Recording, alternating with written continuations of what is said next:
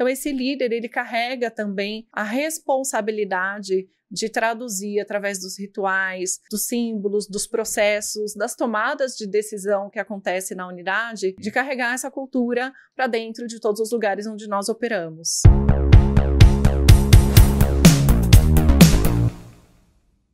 Olá, seja muito bem-vindo ou bem-vindo ao Revolcast, o podcast da revolução da aprendizagem, onde contamos os bastidores dos programas de T&D das maiores empresas do Brasil. Meu nome é Richard Show, sou CEO e fundador da Revo, e eu estou aqui com o Nilson Figueiredo, que é co-apresentador, sócio, né, e cuida de quase toda a empresa aí enquanto eu estou viajando e no home office. É isso. Essa é boa. Tem uns episódios que ele me apresenta como amigo também, né? Então eu fico de olho se essa palavra vai aparecer. Não, já tem algumas semanas que dá. Que deixa. Pessoal, bom dia, boa tarde, boa noite. Muito animado aqui com mais um episódio do Revolcast, né, Richard? E nesse episódio a gente está trazendo aqui um elemento.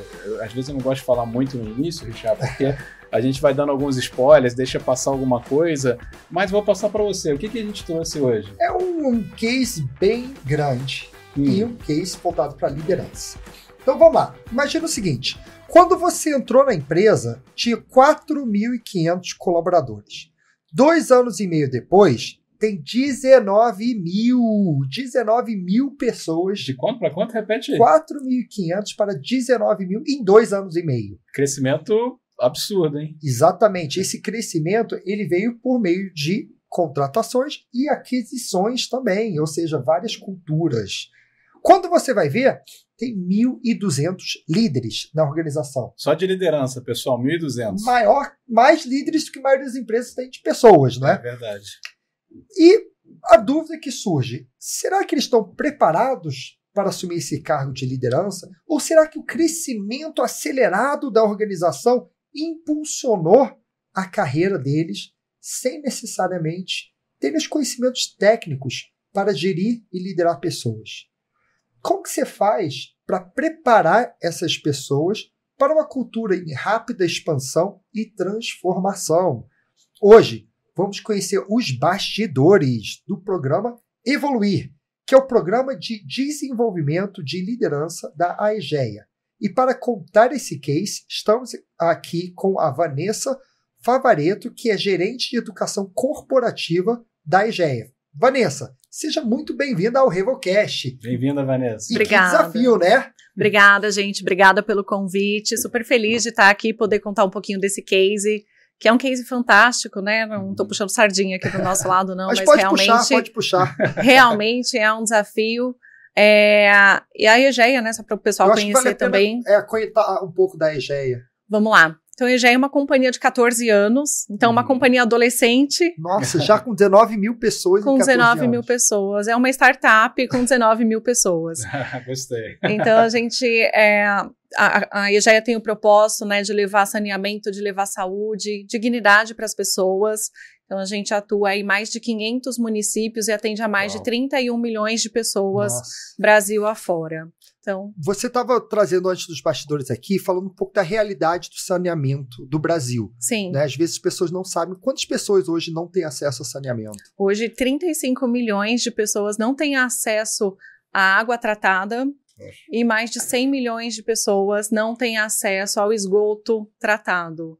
Então, mais de 50%, né, na verdade, 50% do nosso país ainda não conta com saneamento de esgoto. Então, que missão é essa, né? Porque a gente sabe que não é só água e saneamento, é saúde, é vida, né?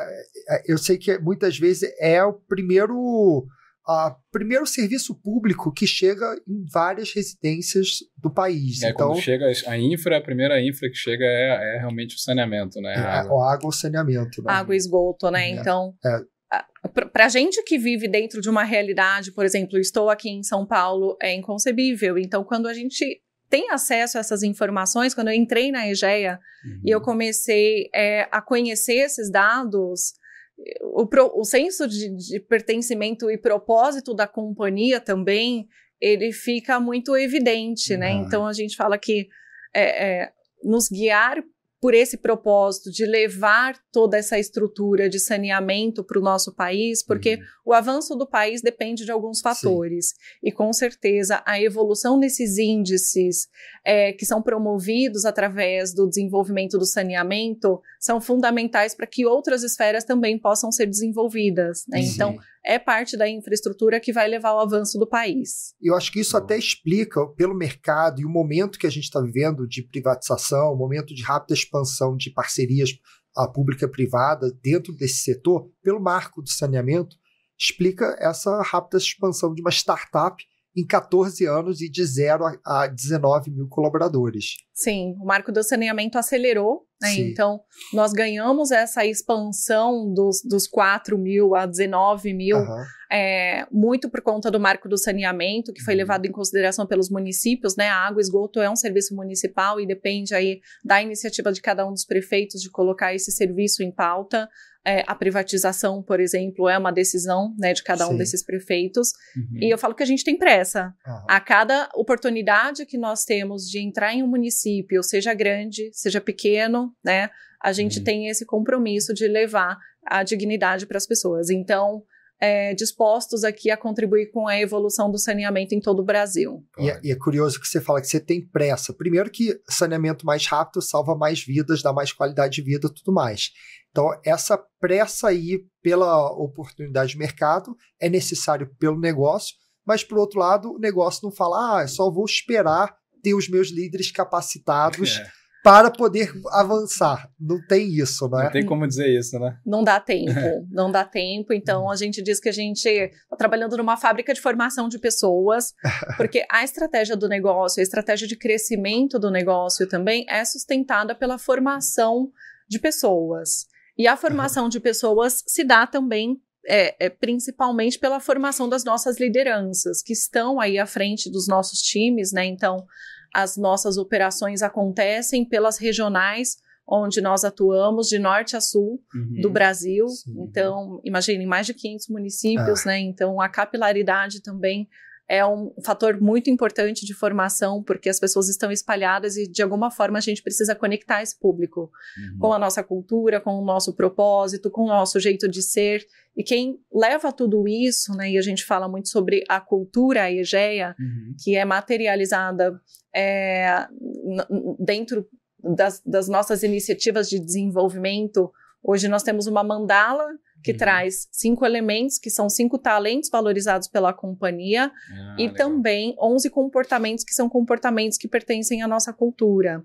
Legal. E um deles, inclusive, é o mestre em brasicidades, justamente por conta dessa capilaridade que nós temos. Então, esse líder, ele carrega também a responsabilidade de traduzir através dos rituais, dos símbolos, dos processos, das tomadas de decisão que acontece na unidade, de carregar essa cultura para dentro de todos os lugares onde nós operamos. Que legal, esses 11 comportamentos, né? Tudo tem que, o líder tem que ser esse tradutor, né? Vamos dizer assim, pegar o que a cultura do grupo exige, né, e repassar isso na operação lá na ponta, né? Exatamente. Legal. E Vanessa, uma curiosidade aqui, a gente estava falando de 1.200 líderes, né? Sim.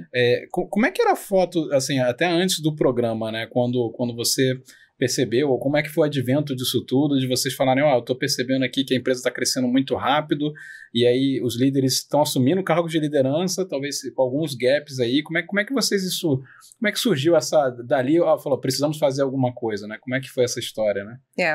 Eu chego justamente nesse momento, no momento onde a companhia olha para a sua estratégia e identifica que precisa criar também uma estratégia de capacitação e gestão de pessoas. Vem a Márcia Costa, que é a nossa VP de pessoas, e desenha toda essa estratégia. Até então, o que acontecia era o desenvolvimento era proporcionado por cada uma das regionais. Então, nós tínhamos as BPs que atuavam, né, de forma muito centralizada, cada uma com a necessidade da sua regional, e então a gente entendeu que era necessário criar uma estrutura corporativa para poder, obviamente, né, ter ganho em escala, mas também para poder padronizar os programas de acordo com a estratégia da companhia e carregando também a cultura, né? Então, independente do líder, ele ser um líder que está numa unidade no Mato Grosso ou que está numa unidade em Teresina, ele recebe a mesma informação, a mesma capacitação. Legal. Então, isso garante que a gente tenha aí uma gestão muito alinhada ao propósito e também a todos os valores da companhia. Legal. E deixa eu te perguntar, muitas vezes nesse crescimento, certamente as pessoas não estavam, porque uma coisa é só ter cultura e alinhar as pessoas, outra coisa é a pessoa cresceu, assumiu um cargo e não estava preparado para aquilo. Então, eu acho que você deve ter duas coisas. O ponto da cultura e gaps de formação de liderança. Você tinha esse cenário também? Sim, tinha esse cenário. O que a gente encontrou foram líderes formados dentro da própria companhia, que já haviam trilhado ali uma carreira importante, principalmente técnica, né? Então, nós temos uma tradição, apesar de ser uma companhia de 14 anos, a gente tem um trainee de 10 anos, que já foi criado com essa visão de formação de pessoas para o futuro. Então, alguns líderes já passando por esse programa um pouco mais preparados, né, e com condições ali de assumir uma liderança com mais prontidão, mas outros nem tanto, Sim. Outros vindo muito da parte técnica, das áreas técnicas, grandes especialistas, mas que precisavam ali também ter uma aceleração de carreira, pensando em formação de competências básicas de liderança. Então, a empresa cresce, essas pessoas precisam conseguir se desenvolver na velocidade que a companhia cresce. Sim. Então, a gente começou esse movimento também de quem são essas pessoas, como que a gente encontra esses líderes, né? Qual que é o potencial que nós temos em cada um deles para a gente poder acelerar e trazer para dentro da proposta de desenvolvimento de liderança. Então, sim, encontramos aí pessoas que tinham muita vontade de crescer e se desenvolver, mas que até então a gente não tinha dado ainda a condição para que ele pudesse acompanhar. Eu consigo imaginar justamente isso, né? Você tem, principalmente áreas operacionais, normalmente aquele técnico que ele se destaca, que é a pessoa que mais entende do assunto, naturalmente essa pessoa acaba migrando para um cargo aí de coordenação, para um cargo de supervisão, mas é aquela história, né? Ele é o melhor técnico que você tem naquela região, né?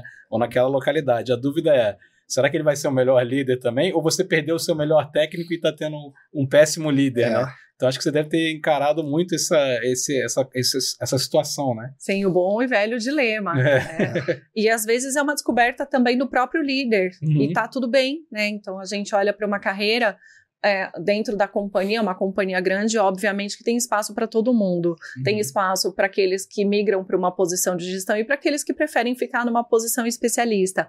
Hoje em dia a gente consegue fazer essa conversa com muito mais fluidez, porque antigamente era uma mão só, né? Então a pessoa tinha uma carreira linear, onde ela entendia que ela precisava seguir uma jornada de liderança para conseguir ter o crescimento com a companhia. E hoje também a gente já vem trabalhando muito essas questões de carreira, para as pessoas poderem entender que elas podem seguir diversos movimentos. Mas sim, né, essas descobertas são feitas aí no meio do caminho, e nas reflexões que a gente propõe também do nosso programa de desenvolvimento de liderança. Agora eu fiquei curioso, como que você começa a desenhar uma solução? Porque quando você começou a desenhar a primeira solução, tinha 4.000 pessoas. Sim. Depois, quando você tem... entendi que é isso. Aí tem 8.000, daqui a pouco 10. A gente falou 19, mas se bobear esse podcast vai pro ar, já vai ter 20 ou 22.000 pessoas. É difícil precisar o número de pessoas, né? Então, como que você começa a desenhar essa solução? Vamos lá, então a gente chegou, a primeira coisa que a gente precisava entender era onde nós estávamos. Então, o nosso bom diagnóstico, nós aplicamos um assessment, e esse assessment trouxe as capacidades de liderança já instaladas, aquelas capacidades em que a gente precisava focar, né, em que precisava ter um trabalho um pouco mais assertivo, e também as competências, né, os nossos comportamentos desejados, como nós chamamos na nossa cultura. E esses comportamentos desejados, então, foram investigados, né, durante esse assessment. Então, todos eles, 100% dos líderes participaram, supervisores acima participaram desse assessment, e depois receberam uma devolutiva juntamente com o feedback. Legal. Aí já começa um plano de desenvolvimento a partir de toda essa devolutiva, para que eles pudessem também já trabalhar no individual.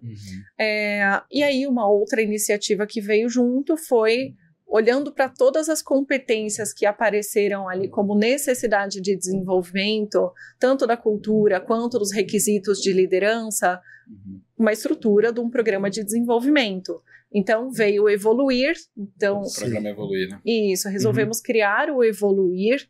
Chegamos nele a muitas mãos, conhecendo esse diagnóstico, mas também visitando as unidades, entendendo qual era a realidade dessa liderança, olhando para o nosso plano estratégico das exigências que a gente precisa fazer a respeito do comportamento desse líder, e nasceu o Evoluir. E o Evoluir vem no conceito do Rancharan, né? Então, a gente volta sempre no pipeline de liderança, onde trouxemos aí 3 módulos presenciais, rodamos o país todo com essa capacitação.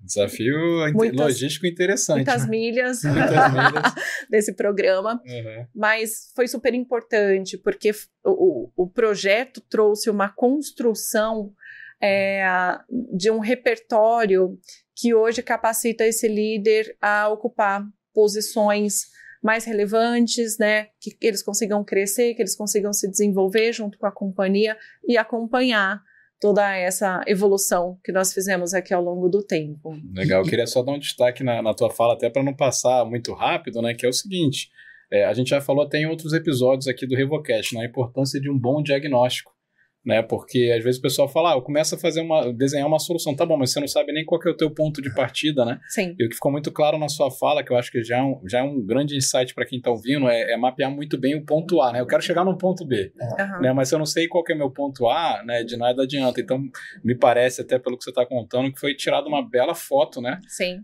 Esse mapa, né, para descobrir onde vocês já estavam, para depois desenhar o programa que é justamente te levar desse ponto A até o ponto B, né? E eu quero destacar também uma coisa que você falou bem rápido, você falou, visitamos as unidades. Isso aí mostra que o conhecimento não está no corporativo, está na ponta. Não é? Fazer esse diagnóstico significa ir à ponta, não é mandar um formulário online e só coletar dados quantitativos. Você precisa ir lá, ouvir as pessoas. Não é? A gente tem uma metodologia aqui que a gente destaca bastante no RevoCast, uma TBC. Tire a bunda da cadeira. É ótima. É o único jeito, é indo pra ponta. Uma das melhores metodologias. Tire a bunda da cadeira, vai pra ponta e, de fato, entenda a necessidade para começar a desenhar o programa. Exatamente, foi o que nós fizemos, né? Então não tem como desenhar algo sentado na cadeira do corporativo, no ar-condicionado, sem entender qual é a realidade desse líder. Então, foi importante fazer essa visita, conhecer os desafios do dia a dia também com a gestão de times, porque, como a gente trouxe, né, a capilaridade traz um desafio importante também, porque às vezes o que funciona em uma região não funciona na outra. Então a gente precisava compreender esse cenário, a gente precisava também entender o nível de maturidade dessa liderança para lidar com os desafios do dia a dia que eram impostos a eles, porque as unidades também têm isso, né? Tem níveis de maturidades diferentes, inclusive entre as nossas unidades. Unidades maiores. Cidades, né, também. Você tem o pessoal falando Brasil com a magnitude dele, você tem realidades completamente distintas, né? Exatamente, país continental. A gente atende Manaus e atende Porto Alegre. Então, e no meio do caminho tem um monte de gente. No meio do caminho tem 498 municípios. Exatamente, além, né? Exatamente. Agora, uma curiosidade, vocês operam com diversas marcas, né? Então, eu sou do Rio de Janeiro, então tem Águas do Rio e várias outras marcas espalhadas. Até que ponto você consegue personalizar essa cultura, ou até que ponto é padronizado, e mesmo vai para o próprio treinamento de liderança? A gente tem, como o nosso talento pede, né, mestres em brasilidades, a gente olha muito para a questão regional. Sim. Então, nós temos BPs que atuam pelas regionais e elas traduzem esses desafios já com também esse tempero de necessidade específica de uma determinada unidade, de uma determinada região, então para a gente poder conectar. Então, e acho que isso é uma questão super importante também, né? As BPs estão na realidade do dia a dia, elas estão no campo, elas conhecem bem os desafios dessa liderança, inclusive que são muito compartilhados com elas, para que elas também ajudem a construir a solução, e envolver as BPs nessa construção é muito rico, porque elas conseguem trazer elementos que eu aqui sozinha com os 19 mil não consigo. Então, quanto mais rede nós desenvolvemos nesses projetos, mais rica e assertiva vai ser essa solução. Perfeito. Então, além do movimento de ir até as unidades, também poder considerar aí diferentes visões a partir das VPs de unidade. Legal, legal. E ainda explorando a solução, uma coisa que você começou a falar, eu tenho até uma curiosidade, né, sobre o programa Evoluir mesmo, né? Você comentou do Rancharam, Pipeline de Liderança, e em algum momento você falou que são 3 módulos, né? Conta pra gente um pouco mais, assim, como é que é o formato do treinamento em si, né? É presencial, 3 módulos, são quantos encontros, o que acontece um pouco ali em termos de metodologia, quantos dias, enfim. Muito bom. A gente tem, então, para gerentes e diretores, né, são os 3 módulos, então, o liderando a si, o liderando ao time, o liderando a cultura, são encontros presenciais e onde a gente traz um dia que, além de conteúdo, a gente faz questão de ter muita troca, porque é o momento em que os líderes das diferentes regionais também podem se encontrar. Então, além de uma ação de capacitação, também é uma ação de integração, mas também de reflexão entre os diferentes desafios que nós temos no grupo. Então, durante dinâmicas e exercícios que a gente propõe nessa formação, eles podem compartilhar questões que eles têm, né, enfim, de desenvolvimento, de desafios da unidade, desafios da liderança, e a gente cria um espaço muito seguro para que eles possam trocar entre eles boas práticas, ideias, cases, né? Então, a gente cria também, além de trazer o conteúdo, a gente cria um conteúdo muito rico que é exposto através das metodologias que a gente traz para o treinamento. Então,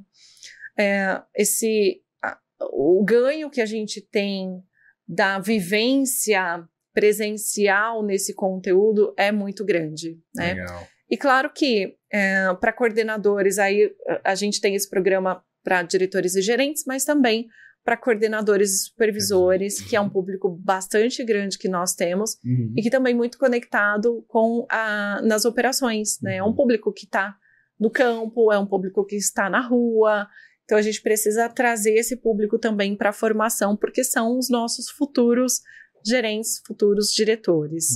E nessa formação a gente teve, inclusive, né, ali 3 módulos também, que aconteceu o primeiro de forma presencial e os 2 outros de forma online. Então a gente inverteu um pouquinho a ordem por conta da capilaridade, sempre buscando qual é o melhor modelo, né? Como que eu vou entregar? É que o número de coordenadores e supervisores é tão maior do que o grupo de gerentes, que aí o desafio logístico, né, para juntar todo mundo fica cada vez mais complicado, né? Cada vez mais complicado. E quanto mais a gente olha para essas operações, mais espalhados eles estão. Então, os gerentes, por exemplo, estão em grandes unidades que centralizam ali a regional. Quando a gente olha para um coordenador e um supervisor, muitas vezes ele está sozinho em uma cidade. Mais espalhado, né? Exato. Sim, perfeito. Então, essa foi a estratégia que a gente usou.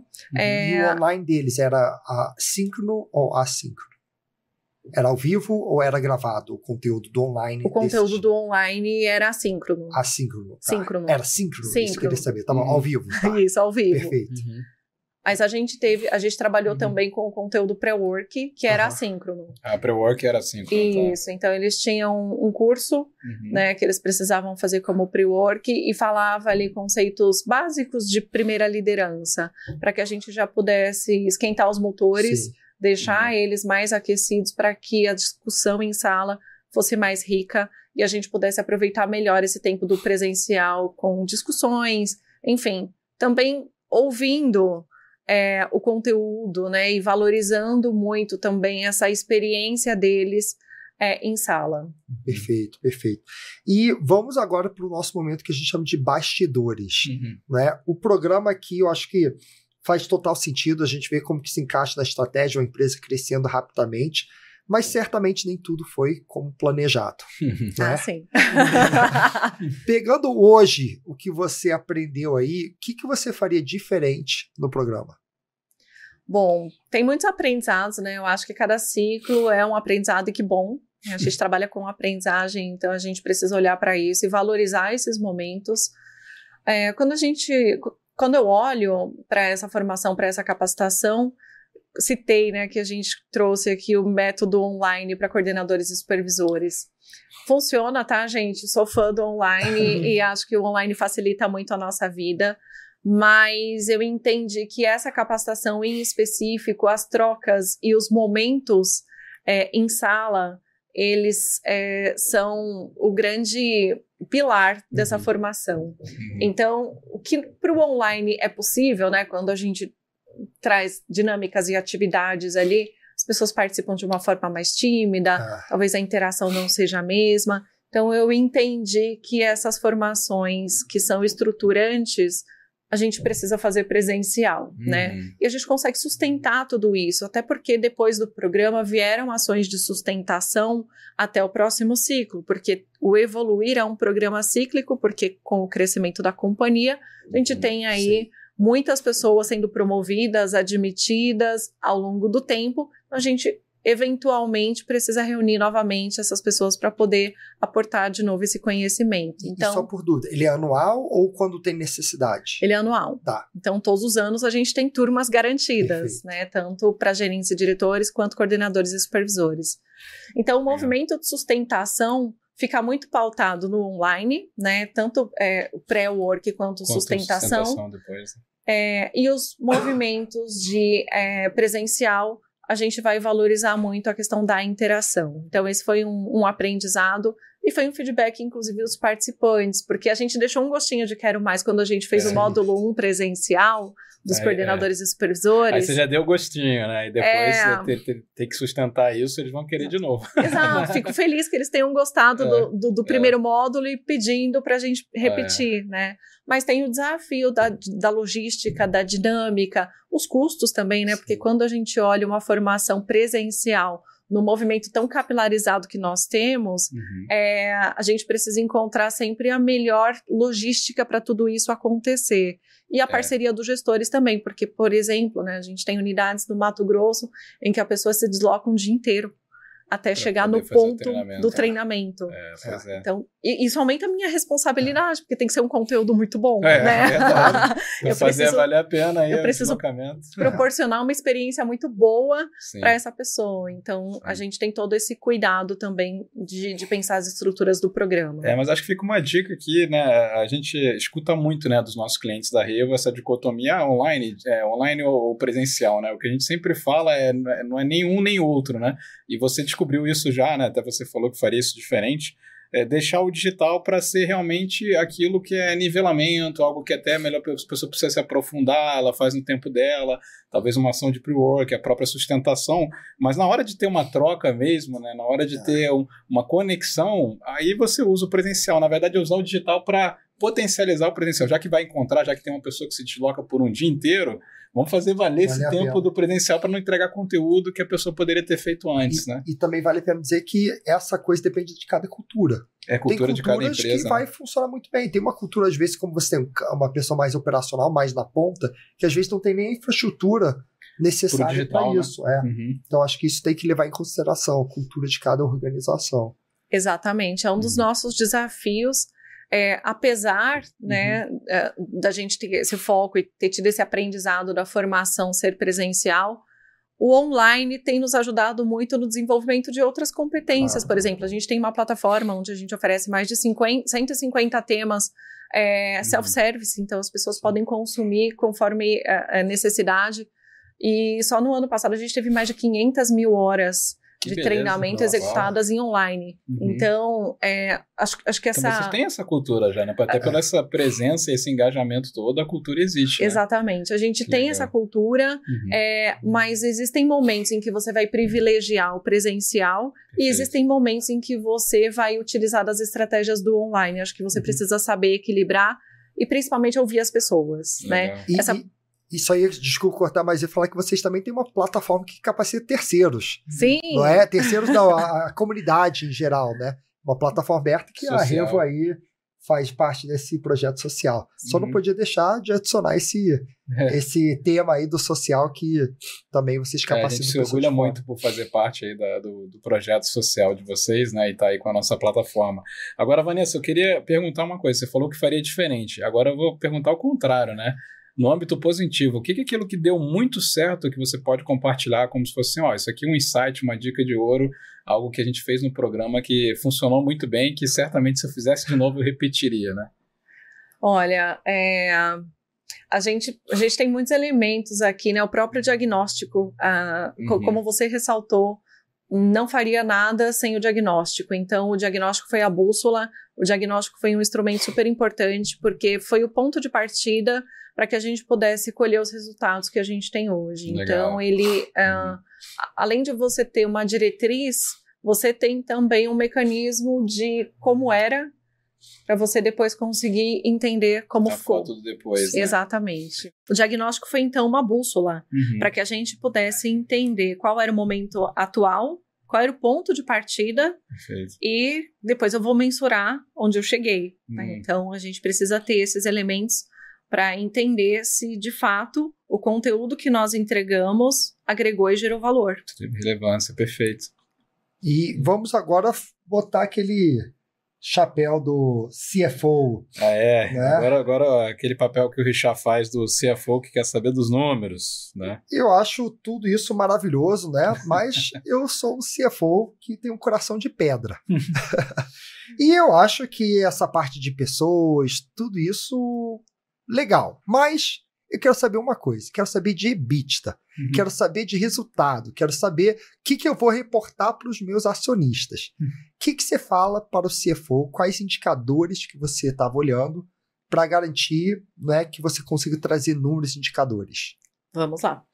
Bom, eu vou começar pelos básicos aqui, que são os nossos indicadores fundamentais, né? Então, apesar de ser um indicador básico, para mim tem muita relevância, que são os indicadores de presença, mais de 90% de presença no programa. É uma Bastante. Companhia que valoriza muito a educação e que estimula muito o movimento de educação, né? Então, nós tivemos um apoio desde o nosso CEO até os nossos executivos para que todos participassem dessa formação, porque todo mundo entende a importância dessa iniciativa para a companhia. Então, esses indicadores para a gente são muito positivos, né, dentro da realidade que nós temos. Um segundo indicador, obviamente, satisfação. Então, a gente ficou muito também feliz, né, em poder receber essa pesquisa que apontou aí mais de 96% de satisfação com o programa, e com informações importantes para nossa reflexão, aprendizado, e para que a gente pudesse entender, inclusive, qual era a rota que a gente precisava desenhar para o próximo programa, né? Eu até ia comentar um pouquinho sobre isso, de ouvir as pessoas, de considerar o que as pessoas estão te trazendo como experiência relevante e considerar isso para os desenhos dos próximos programas. Isso é fundamental. E acho que hoje a gente consegue acompanhar também. Nós temos o nosso programa, né, o ciclo de gestão, e no ciclo de gestão avaliamos aí quais são as competências dessa liderança. Então, qual era aquela foto do assessment, onde nós investigamos ali os comportamentos desejados da cultura e os requisitos de liderança, né? Então, quais eram as competências que a liderança precisava atender e quais são essas competências que eu tenho hoje, onde eu evoluí, onde eu ainda tenho oportunidades. Então, isso tudo me traz a bússola para o desenho dos próximos programas e para entender que valor esse programa gerou. Indicadores de prontidão de sucessão. Eu estou falando que a gente desenvolve lideranças para que elas possam ocupar posições cada vez mais relevantes, para que elas possam crescer na companhia. Então, o indicador de prontidão de sucessão é importante. O indicador... Muito legal. Esse aí até, você falou dos mais básicos aí, né? Normalmente eles sempre aparecem, mas esse indicador de prontidão de sucessão, eu não sei, Richard, se você lembra, mas acho que é a primeira vez que ele é mencionado. Então, anota esse aí se você não pegou, hein? Indicador de prontidão de sucessão, importantíssimo, inclusive, né? Nilson, eu estou pensando se você está no ponto de prontidão de sucessão para assumir o podcast. Olha, não, brincadeira. Olha só. Tá falando de sucessão, né? Tá falando de sucessão, né? Mas muito legal. E quais outros mais, além desse, que vocês também monitoram? Então, nós olhamos também, né, o box de talentos. Então, o posicionamento dessas lideranças, como que a gente consegue trazer eles para uma evolução dentro da companhia. O número de PDIs estabelecidos, porque tudo isso, né, todo programa que a gente faz junto com o ciclo de desempenho, sempre tem como saída uma atualização do seu PDI. Então, com os aprendizados que você teve aqui hoje, vai lá e incremente seu PDI. né? Então, a gente acompanha esse número também, esse indicador, para que a gente possa, inclusive, entender quais são as iniciativas transversais e traduzir isso de volta em propostas de desenvolvimento. Então, tudo está conectado. Né? Acaba sendo o ciclo PDCA, né? Que você vai aprendendo e redesenhando o novo programa. Exato. Muito, você falou tanta coisa aqui que eu já tô perdido né, não sei nem como me posicionar mais como CFO de coração. Tá convencido, então. Tô convencido. Convenceu. Acho que tem bastante coisa aqui. Dá até um gelo no coração com esse CFO, né, gente? CFO aí. Mas acho que você estava muito bem preparada, porque aqui, ó, com vários aqui, ó, prontidão de sucessão, ciclo de gestão, PDI, acho que ele ficou meio sem argumentos, né? Não, e principalmente sabendo que a organização saiu de 4 mil para 19 mil pessoas. Então, só imaginar a quantidade de questões ligadas à pessoa, não tem como não ter um programa como esse. Exato. E a gente ainda tem outros programas, né? O Evoluir hoje é o nosso principal programa de desenvolvimento de liderança, mas eu tenho também outras iniciativas que fomentam competências importantes para que essas lideranças também cheguem a esses indicadores, né? A gente tem um programa de graduação que abrange todo o nosso público operacional e que nós já estamos na segunda turma, inclusive. Um programa de MBA que traz um foco mais estratégico de formação. O próprio programa Trainee, que ajuda, né, gente? Porque de 4 para 19 é muito acelerado e às vezes as pessoas também não dão conta de evoluir dessa forma. Então, o programa Trainee, ele traz muitos elementos importantes, né? Então, em 18 meses, jovens que são acelerados, que têm foco de formação de liderança. Então, é também um grande canal de formação que a gente tem junto com todos os outros projetos. Muito bom, muito bom. Agora vamos dar o passo seguinte, fazer aquela pergunta filosófica que a gente traz para todos os episódios. Para você, o que significa a revolução da aprendizagem? A revolução da aprendizagem é quando a gente olha para a necessidade de quem está aprendendo, né? Colocar o aprendiz no centro, de fato, entender qual é a necessidade, então por isso que a gente valoriza tanto esse diagnóstico, né? E que formato e que metodologia que vai atender, porque hoje nós estamos... Eu cresci, né? Faz 20 anos que eu estou em RH, então eu cresci muito nesse movimento de o RH tem todas as respostas, a área de educação corporativa com suas metodologias, estratégias, técnicas e tudo mais, vai entender qual é o melhor movimento para todo mundo, e hoje eu entendi que não. Eu entendi que a resposta está nas pessoas, o conhecimento está nas pessoas. Eu falo do setor de saneamento, é um setor muito novo no país, né? A gente está avançando no saneamento. Então, eu não tenho instituições especializadas, eu não tenho grandes especialistas, então eu preciso encontrar dentro da minha instituição pessoas que têm o conhecimento, entender como eu consigo valorizar essa informação e compartilhar com todo mundo, né? Além de todas as metodologias. Então, a gente estava conversando aqui agora há pouco sobre TikTok é uma ferramenta de educação e como que a gente transforma isso, como que a gente dá velocidade para trazer isso para a realidade do nosso público, para conectar com as novas gerações que vêm e querem informação rápida, objetiva. Então, entender um pouco as tendências do mundo e como a educação corporativa consegue ser esse canal. Legal, muito bom, bem profunda a resposta, gostei. E agora eu queria evoluir um pouco a nossa conversa, aproveitando o nome do programa, né, para evoluir a conversa, aí perguntar quem é a Vanessa, né? As pessoas querem saber aí quem é a Vanessa, tanto dentro quanto fora do LinkedIn. Vamos lá, a Vanessa, mãe de Heloísa, então tem uma pequena de 8 anos. Ah, que legal, minha tem 9 e 5. Então... Estamos nesse momento de ser desafiados o tempo todo com perguntas complexas, mas que a gente precisa entender também o movimento, né, dessa geração que vem cada vez mais questionadora. E isso já me traz muitos insights para a educação corporativa do futuro, né? Então, a gente precisa já está te preparando o que vem por aí, né? Exatamente. Você tem um laboratório em casa. Ensina muito. Né? Quem é pai e mãe sabe, ensina muito. Bom, na área de educação corporativa eu já atuo há mais de 20 anos. Então, eu nasci em um programa de estágio e super interessante, porque... eu até então, né, estudava psicologia, nunca quis ser psicóloga clínica, eu queria ser recrutamento e seleção, achava fantástico, assim, falava, nossa, maravilhosa essa profissão. E aí, quando veio minha primeira oportunidade de estágio, veio em educação corporativa.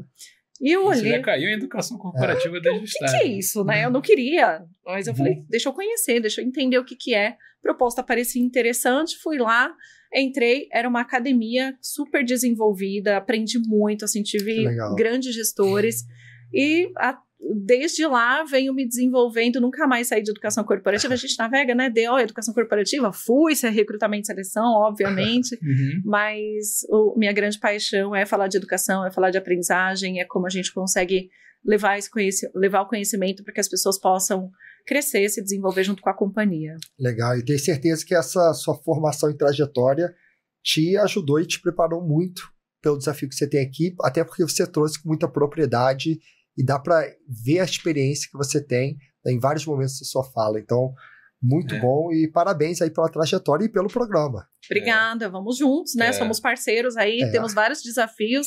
Então, Danilo já veio aqui contar um pouquinho da nossa escola técnica também, que é um case e que a gente está buscando aí transformar o setor de saneamento.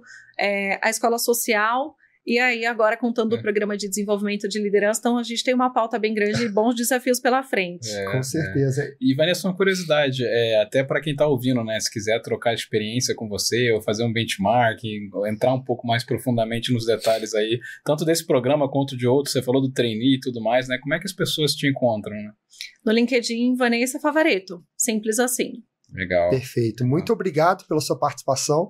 Eu sei que eu anotei bastante aqui. E tenho certeza que no nosso próximo podcast já vai ter muito mais de 19 mil colaboradores, porque o crescimento realmente está bem intenso. Com certeza. Vamos sempre um próximo desafio para contar é o que não falta. Obrigada, gente, pelo convite. Foi um prazer. Obrigado, Vanessa. Eu realmente aqui tive uma aula, anotei bastante coisa aqui, vários insights. E obrigado aí por compartilhar, principalmente aí para quem está ouvindo. Tenho certeza que se você está com um desafio de liderança, esse episódio aqui foi um prato cheio aí de insights para você. Espero que você tenha anotado. E se você gostou, né, compartilha. Exatamente. Então, Vanessa, mais uma vez, muito obrigado. E, Nilson, o que você anotou aí? Eu acho que eu vi você anotando toda hora. Eu também anotei aqui. Vamos fazer um resumo aí rapidinho do que a gente anotou? Vamos lá. Bom, o primeiro ponto que eu achei bem interessante, primeiro os números da EGEA, né, que a Vanessa compartilhou, 31 milhões de pessoas atendidas, né, e esses 19 mil colaboradores chegando em 14 anos. E aí ela falou, a gente virou uma fábrica de formação de pessoas. Eu acho que esse termo que ela usou faz muito sentido, né? E a gente viu aí muitas pessoas tendo que assumir o cargo de liderança de forma acelerada e às vezes com experiência técnica somente. E aí, naturalmente, até por essa celeridade que o negócio exige, a pessoa chega com gaps de liderança, né? E trazendo o Rancharan, né? Que, bem ou mal, a gente tem um bom fundamento do pipeline da liderança, então conceitos consolidados para chegar em 1.200 líderes. Eu achei interessante usar os BPs regionais eu anotei isso também, para traduzir a questão regional. E o que ela falou, ela enfatizou muito o diagnóstico. O diagnóstico foi a bússola para saber o ponto de partida né? Para onde ir e se saber e para saber se você chegou lá, né? Exatamente. Eu também vi assim, a gente falou várias vezes da importância do diagnóstico, né, para ter esse mapeamento. A gente falou aqui muito, né, que foi interessante a divisão do digital e do presencial quando priorizar um ou outro, né, porque eles vão ter vantagens e desvantagens, mas isso você ter essa clareza, né, de usar para pre-work ou nivelamento ou para a pessoa se aprofundar em algum conceito. O digital até permite essa escala, né, você abranger mais pessoas, mas no momento de conexão, momento aí de ter troca, o presencial, naturalmente, você vai ter mais vantagens, né? E aqui eu recebi uma aula dos indicadores, né, Richard? Isso que eu ia falar, meu coração gelado derreteu. Não é? Quando a gente falou de 90% de presença, 96% de satisfação, teve o trabalho de ouvir as pessoas para redesenhar a rota, né? O prontidão de sucessor, box de talentos, número de PDI estabelecido. Além disso, no final, você ainda botou uma cereja, trazendo o programa de graduação MBA e programa de trainee. Assim, tenho que falar sobre os indicadores. Acho que fica vários insights aí para você sobre quais indicadores monitorar quando estiver fazendo um programa desse tipo, né? Muito bom, muito bom. E, Nilson, fala aí um pouco sobre como que as pessoas podem te achar nas redes sociais. Se alguém quiser fazer um benchmark, entrar em contato, falar com você. Legal. Vamos lá. Eu estou no LinkedIn como Nilson Figueiredo e no Instagram com @nil_Figueiredo. E vocês podem me achar como @RichardoShoa nas principais redes sociais. E também não esquece de seguir a Revo, @SomosRevo. E se você gostou desse episódio, convido você a compartilhar com outra pessoa. A gente sempre fala, o melhor presente que você pode dar para alguém é o conhecimento.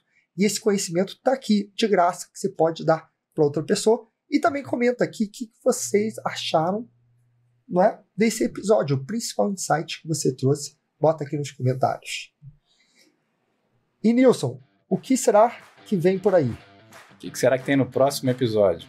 E o nosso próximo episódio vai ser o Momento Globo Repórter. Vamos trazer um CHRO. Um CHRO o quê? CHRO, diretor de RH. Opa. Pois é, diretor de RH que já passou por muitas grandes empresas. E o nosso objetivo do Momento do Globo Repórter é entender como que ele pensa, como que ele vive, né? O que ele come. Afinal, o que o CHRO pensa na hora que vai desenvolver um projeto de T&D, tanto para o time dele, quanto para os pares e outras áreas da empresa, e para cima. Esse é o tema que a gente vai explorar. E para falar desse assunto, vamos trazer o Bruno Junqueira, que é CHRO da Pet Love, já foi diretor de RH da JPS, já foi da Somos Educação, passou pela... tem várias empresas aí, a Natura, a Banco Real, enfim, uma experiência gigantesca na área de RH. Você não pode perder esse próximo episódio, até porque o seu CHRO vai pensar igual.